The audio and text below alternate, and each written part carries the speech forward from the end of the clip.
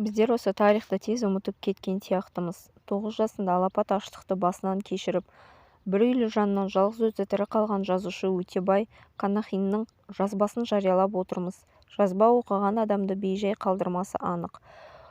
Онда былай делінген: аштықтан әлім бітіп, көзім қарауытып, есім бірде кірсе, бірде кірмей, тек кірпігім ғана қимылдап, жұртта қалған тастанды күшік сияқты шала жансар жатқан жерімнен ересек біреулердің тауып алып, сыртта тұрған шанаға апарып салғанын, үстіме киіз жауып қымтап жатқанын еміс-еміс білемін.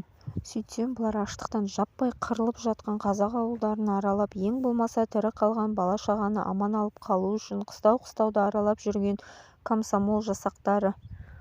Жолда бір жерге тоқтап, бір ұрттам ыстық ас бергенде барып есімді жинадым. Бізді алып келе жатқан екі адамның әңгімесіне құлақ түрдім. Олар бір қыстаудың есігін қар басып қалғанын көріп, күрекпен аршып үйге кіріпті. Ортасын нар пешпен бөлген үйдің кең зәменкесін айнала өліп жатқан балаларды көреді.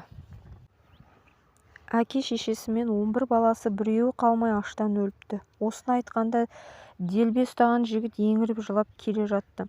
Қалқанды шананың ішінде менен басқа тағы бірнеше бала бар екен. Көбі басын көтере алмай әлсіз ыңырсиды. Бізді қалаға әкелгенде шанадағы 9 баладан 5-еуміз тірі жеттік. Бізді Ырғыздағы панасыздар үйіне орналастырды. Онда тіпті қиын екен. Арық, тұрақ, өзі аш балаларды бит жеп өлтіргені көзім көрді. Қыстың ұзақ түнінде таң алдында түзге шықтым. Дәретхана деп ойлап, оның қасындағы тақтай қойманың есігін ашып қалғанымда, отынға дайындаған сексеуіл сияқты төбеге дейін тіреп жиып қойған өзім құрпы кішкентай балалардың өлі денесін көрдім. Сол жерде құлап қалыппын. Артынан біреу-міреу ішке кіргізіп тастапты. Нендей дерт екенін білмеймін. Жаңа ғана сүт ішіп нан жеп отырған бала оқыс қисая кетіп қылғына бастайды да көзі ақшаңдап жүріп кетеді. Менімен бір кереуетте жатқан 5 бала осылай өлді. Жазғытұрым ауруханадан шықтым. Киімімді беріп жатқан орта жастағы қазақ әйел еңіреп жылады. Мен неге жылайсыз дедім. Сонда әлгі кісі көз жасын сүртіп, осында келген 50 баладан әне бір-екеуің ғана тірі кетіп барасың, өмірің ұзақ болады екен деді. Жаз шыққан соң балаларға ілесіп қаланың түскей шақ шетінде Итмола деп аталатын тұстағы кірпіш басу үшін үңгіп қазған апанға бардым.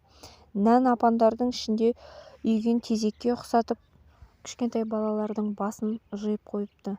Бақсам, қыста өлген балаларды көме алмай апандағы қардың астына тастай беріпті. Аяғыма әрең тұрып, қалаға алғаш шыққандағы көргендерім, ана көшеде аштан өліп жатқан шал, мына көшеде ыңырсып қайыр тілеген кемпір, жуа теріп құдықтың басына барғанымда аштан өліп қалған арыстай дәу жігітті көрдім. Көшеде өліп қалғандары күнде таңертең арнайы адамдар келіп, жалаңаштап тау төбе қылып арбаға тиеп алып кетеді. Қаланың шетіндегі үлкен орға алып барып тастайды. Бұлардың бәрі ауылдан арып-ашып жеткен қазақтар еді. Және бір есімде қалғаны, анық білетінім, балалар үйі орналасқан қалада тұратын Грошев дейтін орыс саудагер көзі қарауытып, аштан бұралып, қорасына кірген қазақ жігітін табанда атып тастап жатты. Менің бұл жазғандарым 9 жасымда басымнан кешкен оқиғалар. Өз көзіммен көрген сұмдықтар, қаншама жылдан кейін есімде қалғандары ғана. Осы аштықтан Ырғыз ауданы адамдарының 10-нан бірі, малының 100-ден бірі ғана тірі қалды. Бір шаңырақ астындағы үлкенді-кішілі 12 жаннан тірі қалған жалғыз мен ғана. Автор Өтебай Қанахин. Жазушы мәтін жер басып жүрсем кітабынан үзінді қылып алынды.